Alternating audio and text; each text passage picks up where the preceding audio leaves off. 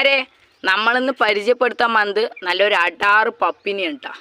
അപ്പോൾ വേറെ ആരുമല്ല, നമ്മൾ വാങ്ങിച്ചൊരു മെയിൽ പപ്പിയാണ് കേട്ടോ അവൻ. അപ്പോൾ അവൻ്റെ ബ്രീഡ് എന്ന് പറയുന്നത് കോമ്പയാണ്. ബ്രീഡ് വന്നിട്ട് കോമ്പയാണ്.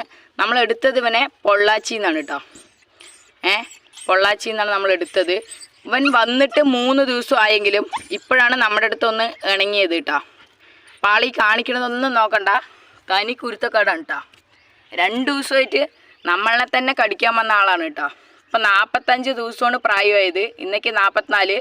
അപ്പോൾ നാളെയാണ് അവൻ്റെ വാക്സിനേഷനും കാര്യങ്ങളും കേട്ടോ. ഈ 2 ദിവസം കഴിഞ്ഞിട്ടാണ് നമ്മുടെ അടുത്ത് ഇണങ്ങണത്. ആ 2 ദിവസവും നമ്മളെ കടിക്കാൻ വന്നാണ് കേട്ടോ.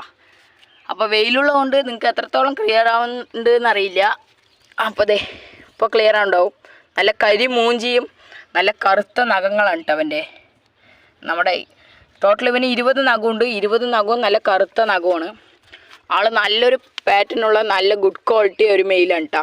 വിത്തൗട്ട് കേസിയാണ് കേട്ടോ നമ്മൾ എടുത്തിട്ട് വന്നിരിക്കുന്നത്. ആളിപ്പോൾ നമ്മുടെ അടുത്ത് ഇത്തിരി ഇണങ്ങിയിട്ടുണ്ട്. ഈ 2 ദിവസവും നമ്മളെ കടിക്കാൻ വന്ന ആളാണ് കേട്ടോ അവൻ. അപ്പോൾ ആ 2 ദിവസവും അതാണ് വീഡിയോ ഇടാൻ പറ്റാണ്ടിരുന്നത്. ഇവനെ ഒന്ന് മെരുക്കി എടുക്കണ കുറച്ച് തിരക്കിലായിരുന്നു. പിന്നെ കുറച്ച് വേറെ കാര്യങ്ങളൊക്കെ ഉണ്ടായിരുന്നു. അപ്പോൾ അതാണല്ലോ, അവന് നമ്മൾ ബെൽറ്റും ലീഷും പെറ്റ് ഫുഡൊക്കെയാണ് വാങ്ങിച്ചിരിക്കുന്നത്.